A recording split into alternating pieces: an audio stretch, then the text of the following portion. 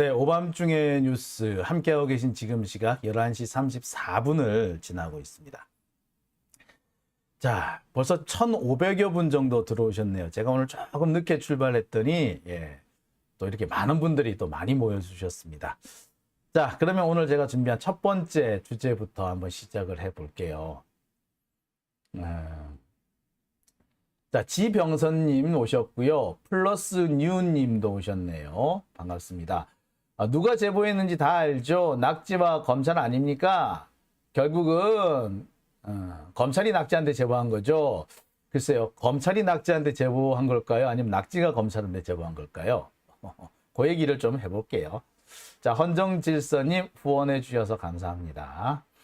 자, 그러면 지금부터 하나씩 좀 풀어가 보겠습니다. 제가 오늘 준비한 첫 번째 주제는요.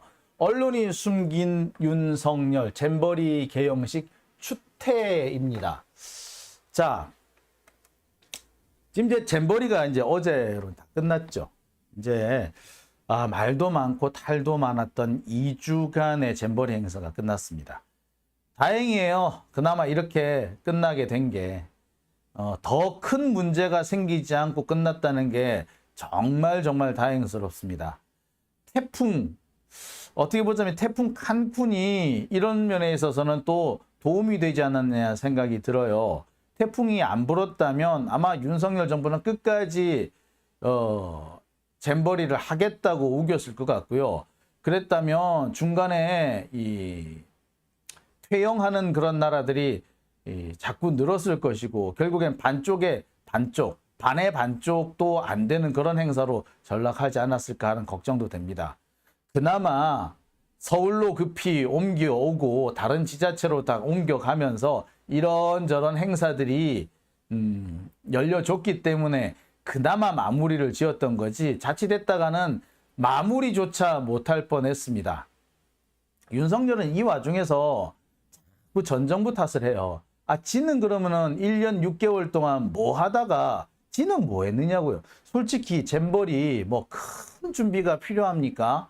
지금 뭐 배수시설이 안 됐다 어쨌다 하는데 자, 배수시설 이거 갖추는데 그렇게 오랜 시간이 걸리지 않습니다. 뭐 하수도를 건설을 할 것도 아니잖아요. 물길만 제대로 내줬어도 또는 배수지, 유수지 정도만 하나만 파줬어도 이런 문제 안 생겼을 겁니다. 그리고요, 이 흙 같은 걸 좀 가지고 와서 야영장 부근을 조금 돋아주기만 했었어도 이런 문제 안 생겼을 거예요.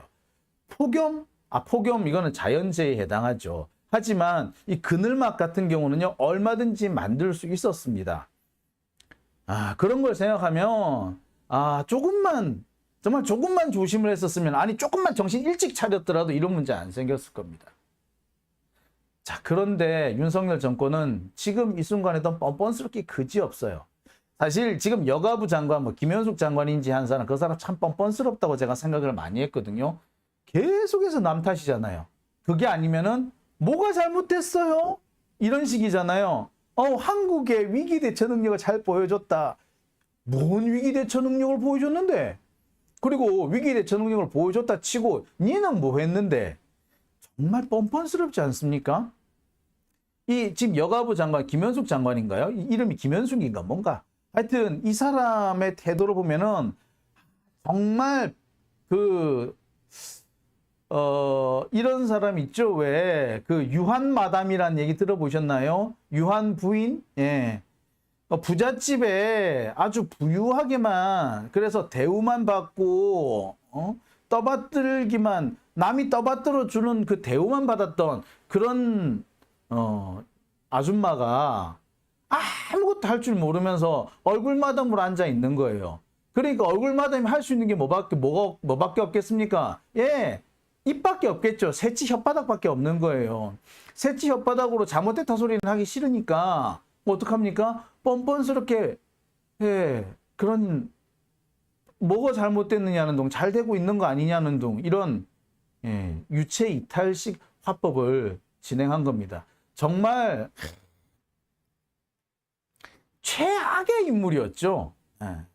다시는 나타나서는 안 되는. 저런 사람을 장관에 앉혔다는 것 자체가 참 놀랍습니다. 그러니까 윤석열 정권의 수준이 딱 그 정도지. 제가 볼 때 윤석열 수준도 딱 그 정도예요, 솔직히. 자, 어쨌거나 지금 드러나는 모습만 해도 참 참혹한 수준이죠. 그런데 이 역시 언론이 많이 포장해주고 숨기고 덮어준 거가 요 정도였다는 게 확인이 됐습니다. 있는 그대로 다 드러났다면 아마 개박살이 나지 않았을까라는 생각이 듭니다. 숨겨질 뻔, 덮어질 뻔했던, 영원히 아무한테도 알려지지 않을 뻔했던 일들이 하나씩 하나씩 이제 드러나기 시작합니다. 특히 윤석열 잼버리 개영식에서 보였던 추태에 대한 얘기가 지금 나오기 시작합니다. 자, 무슨 추태를 벌였느냐고요? 참 말하면 긴데요. 일단 제가 준비한 영상 하나 보시겠습니다. 네, 여러분 안녕하십니까? 국가가 국민을 위해 존재하는 게 아니라 국민이 대통령을 위해 존재한다는 폭로하기에 나온 전수미 변호사입니다. 반갑습니다. 저는 잼버리 현장에서 참혹한 현장, 부끄러운 현장을 보고 참을 수 없어서 이 자리에 섰습니다. 잼버리 정말 세계인의 축제입니다. 많은 것을 기대했습니다. 윤석열 정부 어떻게 했습니까? 온갖 행정력을 다 동원했습니다. 잼버리 땜빵으로 누구를 동원했습니까? 가까운 상암에서 우리 K-팝 아이돌을 동원했습니다. 바로 윤석열 정부의 압구정 행태는 잼버리에서도 그대로 드러났습니다. 잼버리 K-팝 아이돌 행사에서 아이유를 그리고 특정 아이돌을 데려오기 위해 카카오 그룹의 대표를 압수수색했습니다. 원래 참석할 수 없었던 K-팝 아이돌 갑자기 방향을 돌려서 K-팝 아이돌 축제에 참가할 수밖에 없었습니까? 여러분, 이게 나라입니까? 이 개영식뿐만 아니라 폐회식 참여하기 위해서 아침부터 전국에서 아이들이 몰려들었습니다. 새벽 잠을 없애고 힘들게 몇 시간 걸려서 왔습니다. 입장하는데 몇 시간 걸려서 기다렸습니다. 또 비옷을 입고 대기했습니다. 저는 바로 스카우트 잼버리 그 감사로서 현장에 참여했고 야영식의 처참한 모습을 봤습니다. 야영식에서 6km가 넘는 길 3시간 이상 땡볕을 거쳐서 애들이 현장 도착했습니다. 대통령 내가 온다고 있는 가방 다 내놓으랍니다. 몸 수색 다 했습니다. 그렇게 해서 몇 시간을 기다려서 야영식 들어갔습니다. 그랬더니 대통령이 오지 않습니다. 행사는 다 끝나갑니다. 대통령의 빨간 얼굴로 나타납니다. 술을 마시고 나타났다는 얘기도 있습니다. 기업인들과요. 그랬더니 뭐 어떤 일이 벌어졌는지 아십니까? 행사가 처음부터 다시 시작됐습니다. 여러분들 내빈 소개는 언제 이루어집니까? 행사 처음에 이루어집니다.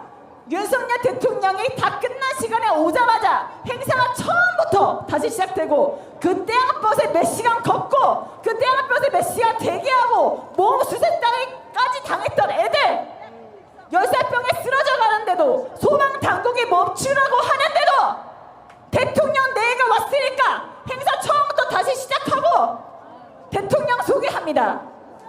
어떤 일이 있었는지 아십니까? 언론 보도가 안 됐습니다. 스카우트의 격을 높이고 대한민국 격을 높이신 분이 이 자리에 계십니다. 그분은 하니까 어떻게 했을까요? 윤석열 대통령 자기인 줄 알고 일어났습니다. 근데 그게 누구 소개인 줄 아십니까? 한국 스카우트연맹 명예회장 소개였어요. 근데 윤석열 대통령 자기인 줄 알고 나네 일어났다가 아니네 5만 명이 다 지켜보는 앞에서 그 창피함을 모를수록 다시 앉아야만 했습니다. 너무 풀썩 주저앉으셨어요. 창피해서. 그 다음은 어떤 일이 있었냐, 대통령을 호명하니까 일어나야 되는데 앞에서 너무 풀썩 주저앉았잖아요. 못 일어나는 거야. 그래서 김건희 여사가 앞에서 아이고 대통령님 일어나세요, 뒤에서 아이고 대통령님 일어나세요. 5만 명이 지켜보는데 대통령 혼자 자리에서 일어나지 못해서, 그럼 왕좌, DNA가 왕자라는 얘기도 있죠. 지금 교육부 사무관. 그럼 왕좌에서 일어나시는데 많은 사람들의 도움받고 일어나셨습니다. 현장은 물 웅덩이가 고여 있었고 모기가 들끓고 학생들은 열사병에 쓰러지고 제대로 된 그늘막도 없고 화장실에서 냄새가 나서 갈 수가 없고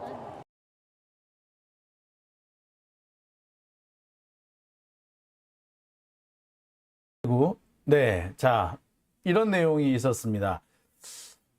저로서도 되게 내용이 황당하더라고요. 자, 여러분 어떻게 보셨습니까? 네, 과연 이게 대한민국에서 일어날 수 있는 일인가? 정말 이런 일이 있었나 하는 생각이 들어요. 그죠? 지금 우리나라가 21세기 아닙니까? 그리고요, 우리가 민주화를 이룬 지 벌써 30년이 넘었습니다. 도대체 때가 어느 때인데, 지금 여기가 군대도 아니고요. 도대체 대통령 왔다고 처음부터 다시? 아니, 그러면 늦게 오지를 말던가. 요새는요, 군대에서도 그렇게 안 합니다. 사단장이 맨 마지막에 나타났다. 행사 끝날 쯤에 사단장 나타났다. 그러면 사단장 인사만 하고 그냥 나갑니다. 중간에 갑자기 들어왔다고 해서 처음부터 다시 이런 일을 하는 경우는 없어요. 근데 어떻게? 처음부터 다시라고? 참네. 기가 찰 노릇이죠. 자, 개영식이 처음부터 다시 진행됐다. 윤석열이 늦게 나타났고, 늦게 나타난 윤석열 얼굴이 뻘개져 있었고, 자, 뭐 얼굴이 뻘개진 거 뭐 둘째 치고 그거는 뭐 보기에 따라 다를 수 있죠. 날이 더워서 그렇다 치죠. 그런데 대통령 왔다고 몇 시간씩 이미 진행된 행사를 처음부터 다시 한다고요? 아이들은 몇 시간씩 기다렸는데, 자, 이러니까 그 뙤약볕 아래서 우리 젊은 어린 아이들이 고생을 한 거 아닙니까? 그러니까 열사병으로 쓰러지는 사람들 생기고 행사를 중단해달라는 소방청에 요청이 생기고 그 난리가 있었던 거 아니에요. 만약에 행사를 다시 처음부터 시작하지만 않았더라도, 그래서 예정대로 행사가 끝나주기만 했었더라도 열사병으로 쓰러진다 이런 일까지는 아마 없었을 겁니다.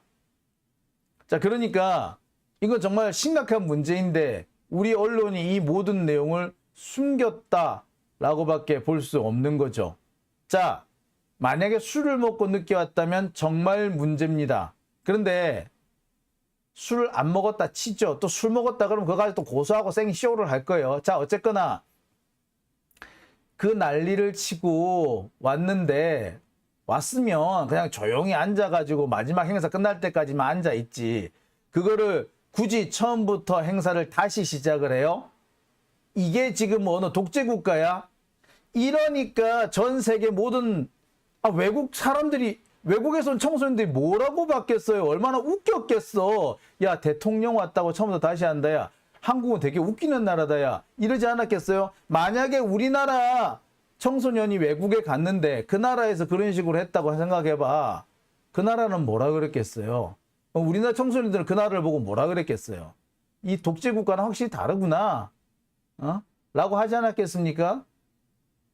대한민국이 독재국가라는 걸 전 세계에 동네방네 선전한 꼴이 됐어요. 더 참혹한 것은 언론의 태도입니다. 이런 거를 왜 보도하지 않습니까? 분명히 봤을 거예요. 안 본 사람이 없을 거. 아니, 적어도 그 많은 기자들 중에, 전국에 있는 2만 명이 넘는 기자들 중에 적어도 2~3명은 봤을 겁니다. 그랬는데 이거를 보도를 안 하냐고요? 보도를 안 했다고요?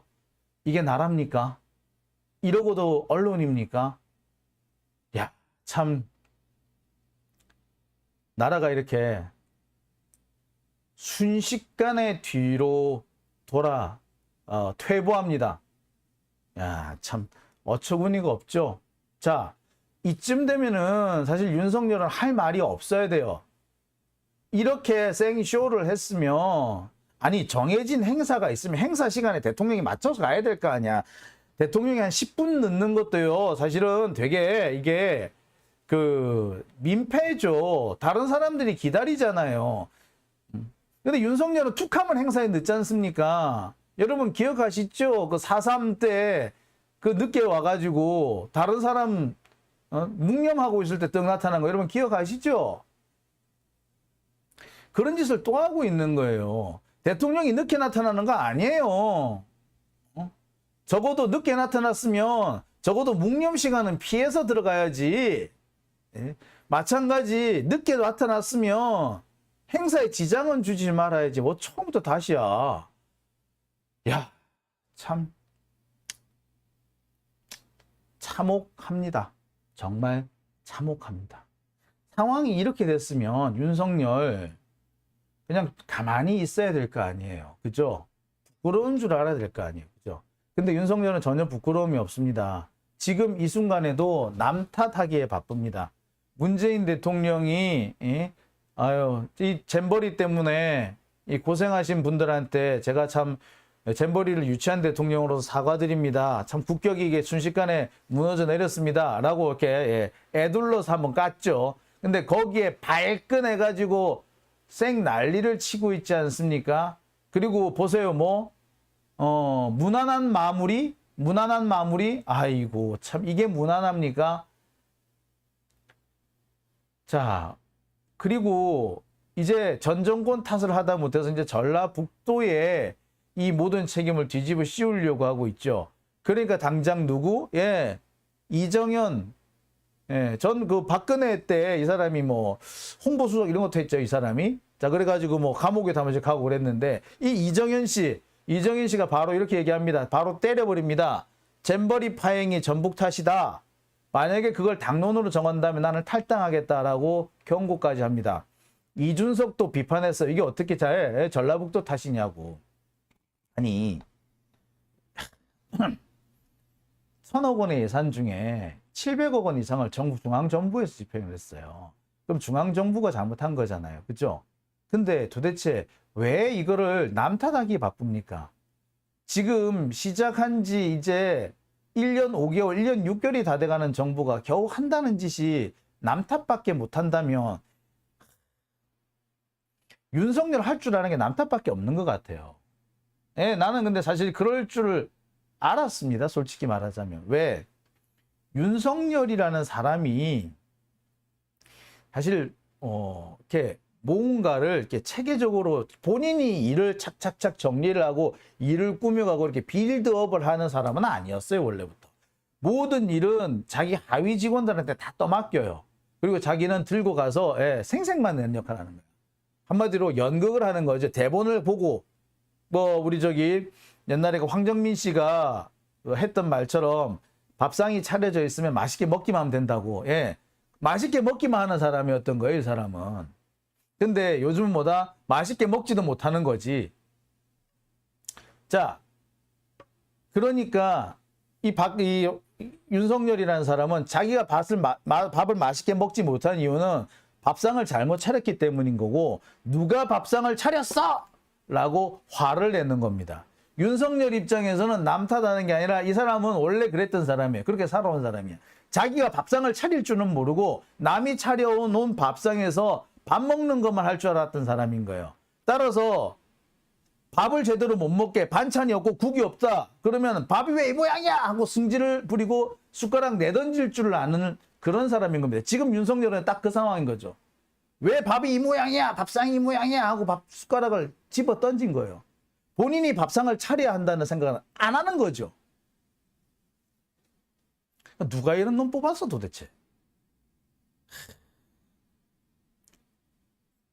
이런 상황이 벌어졌는데 언론에서 보도하지 않고 심지어 비판조차 하지 않고 심지어 이 상황도 언론에서는 지들은 눈이 없나 귀가 없나 아니면 생각하는 머리가 없나 누가 봐도 윤석열이 잘못한 거잖아요. 그런데 지금 나오는 언론 보도 태도 보세요.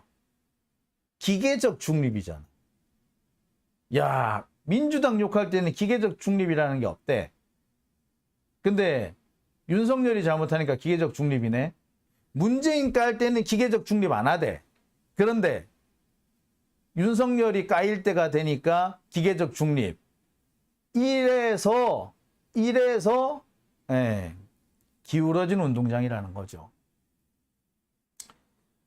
참 윤석열도 윤석열이지만 우리나라의 언론 참 답답합니다.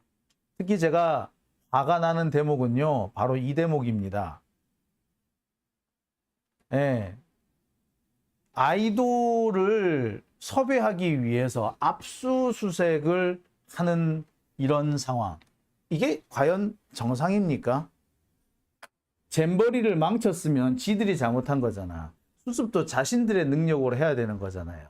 근데 자기가들이 수습이 안 되니까, 수습이 잘 안 되고, 뭐 섭외도 잘 안 되고 하니까 겨우 한다는 짓이 민간 기업의 팔을 꺾어서, 그래서 섭외를 한다고? 야, 나 정말 압수수색을 동원해가지고 아이돌 섭외한다는 얘기는 머리털 나고 또 처음 들어보네요. 참 윤석열 정권 알만하죠. 다시 한번 제가 물어볼 수밖에 없습니다. 도대체 누가 뽑은 거예요? 언 놈이 뽑은 거죠? 아, 진짜 그 손가락을 참. 자, 검찰 지금 이 상황에도 자신들은 아무 관련이 없는 것처럼 오리발 내밀고 있습니다. 왜? 지들이 한 게 아니다 이거지. 금감원에서 했다 이거야. 금감원 특별사법경찰, 금감원 특사경에서 압수수색을 했다. 자, 그런데 금감원장이 누구? 예, 이복현이. 얘 누구? 예, 잘 아시다시피 윤석열 사단의 막내 한동훈이 내 후배라고 했던 바로 그 사람. 예, 윤석열 사단의 막내예요, 이복현이. 예. 자, 윤석열이 자신의 후계자라고 얘기했던 사람이 한동훈이고, 한동훈이 내 후배라고 했던 사람이 이복현입니다. 자, 윤석열 사단의 막내인 거야. 그랬으면 이거를 검찰이 안 했다고 해서 검찰이 안 한 거야? 아이고, 참. 아니, 자, 역대 그 어떤 정권이 압수수색을 해서 연예인을 불러오는 이런 짓을 합니까? 기가 막히네요. 박정희 정권도 이런 짓 안 했고요. 전두환도 이런 짓은 안 했습니다. 근데 참 신박하네요. 세계 최초가 아닐까라는 생각도 듭니다. 근데 저는 이런 짓을 하는 것을 보면서 이 정권의 끝이 얼마 남지 않았구나라는 생각도 해봅니다. 예? 이렇게 압수수색을 해가지고 섭외를 해놓고 뭐 자발적 참여라는 얘기를 강조하는 이 정권, 누가 자발적 참여라고 이렇게 강조하면은 누가 그 말을 믿어준답니까? 자발적이라고 말하는 그 순간 아이고 타발적이었구나 라고 딱 아는 거 아닌가요? 자, 여기에 SM이고 뭐 하이브고 뭐 또 뭐 그 포토카드니 뭐 여러 가지 선물 같은 걸 또 10억 원씩 이렇게 내놨다고 하죠. 역시 아마도 팔을 꺾어서 받아낸 게 아닐까 생각이 듭니다. 팔 안 꺾었다면 아마 그 기업들 SM이 됐든 뭐 하이브가 됐든 혹시라도 팔 꺾일까봐 겁나서 했겠지. 지들 눈앞에서 팔 꺾이는 거 봤잖아. 압수수색 당하는 거 봤잖아. 그런데 무서워서라도 가만히 있을 수 있겠나? 뭐라도 내놔야 했겠죠. 결국에 이거는요, 우리 대중예술, 문화예술을 쫄 취급한 거죠. 기생 취급을 한 겁니다. 한겨레 신문에 보니까 대중예술인, 우리 대중예술 그리고 연예인들을 쫄 취급했다라는 식으로 쫄 취급했다라고 표현하던데 정말 표현을 많이 완곡하게 줄인 거죠. 제가 볼 땐 이건 누가 봐도 기생 취급을 한 겁니다. 권력자가 부르면 어디든 달려가야 하는 기생. 기생이 원래 관청 소속이잖아요. 그러니까 권력자가 부르면 싫어도 가야 했던 겁니다. 지금 딱 그 조선시대, 고려시대 기생 취급하듯이 연예인들 취급하고 있는 거 아닙니까? 마치 박정희가 궁정동 안가에서 시바스리가를 먹으면서 심수봉 노래를 들었던 것처럼 북한의 김정은이 기쁨조 대동하고 파티 여는 것처럼 그랬던 게 아닌가라는 생각이 듭니다. 정말 참혹합니다. 정말 참혹합니다. 예술인으로 대우하지 않는, 자신들이 마음대로 쥐락펴락할 수 있는 그런 존재로 생각한다는 게 정말 약간은 두렵네요. 이들은 과연 이 대중예술인, 연예인들만 그렇게 생각할까요? 우리 국민들도 언제든지 자기들 마음대로 쥐락펴락, 안 되면 감옥에 쳐넣고, 안 되면 압수수색하고, 그래도 안 되면 뭐 수사하고 감옥에 쳐넣고, 그렇게 하면은 말 들을 거라고 생각하는 그런 건 아닐까? 정말 이 대한민국이 민주국가가 맞는가? 라는 생각을 하게 됩니다. 자, 길라님, 민주국가 맞나요? 라고 하셨어요. 기가 차서 라고 하셨습니다. 자, 참 답답하네요. 자, 킹선님, 윤석열이 한국은행에서 100조 빌린 거 진짜예요? 이게 아마 이게 100조 빌렸다라는 게 아마 그 추가로 아마 그 차관을 발행한 걸, 국채를 발행한 걸 말하는 걸 겁니다. 이게 국채는요, 그 한국은행에 국채를 발행을 하죠. 대한민국 정부가 한국은행에 국채를 발행하기도 하고요. 이 국채를 또 한국은행이 이제 다른 금융기관에 판매하기도 하고 뭐 그럽니다. 자, 그런데 왜 이런 걸 하느냐? 지금 올해 세수가 부족이에요. 예상대로 거쳐야 될 세금이 거의 거치지 않았습니다. 그래서 세수가 한 50조, 60조 정도가 부족하다 그래요. 세금이 60조는 안 거친 겁니다. 그런데 이미 써야 될 돈은 있는 거 아니에요. 그죠? 써야 될 돈은 있지, 세금은 안 거쳤지. 그럼 어떻게 합니까? 빌려야죠. 어디서 빌립니까? 한국은행에서 빌리죠. 그래서 국채를 발행을 한 겁니다. 아마 그 액수가 100조라고 얘기를 하는 것 같은데요. 제가 100조인지는 제가 추산을 안 해봤습니다만 적어도 올해 발행해야 되는 국채가 50조 이상이 되는 것은 확실합니다. 자, 오밤중의 뉴스 함께하고 계십니다. 자, 횃불 들고 끌어내리자님 오셨고요. 송석환님 오셨습니다. 허브향기님도 오셨고요. 포도봉봉님 오셨네요. 자, 김한강님이 오셨습니다. 조중동이 기득권을 만들었다라고 하시면서 민초들은 참 슬프다라고 하셨습니다. 윤리 도덕이 더 나은 쪽을 택해야 하기 때문에 민주당을 택하고 지금 이 시간에는 장용진을 택하고 있다라고. 아이고, 감사합니다. 자, 포근이님 오셨고요. 안인숙님, 포시즈님 오셨네요. 반갑습니다. 자, 오밤중의 뉴스 제가 준비한 첫 번째 주제는 여기까지입니다. 이어서 두 번째 주제로 넘어가 보겠습니다. 국유화, 폐간, 어떤 대통령도 할 수 없는 일인데 감히 제가 어떻게 그런 말을 한다는 것입니까? 이치에 닿지 않는 말을 가지고 사람을 이렇게 몰약해서는 안 됩니다.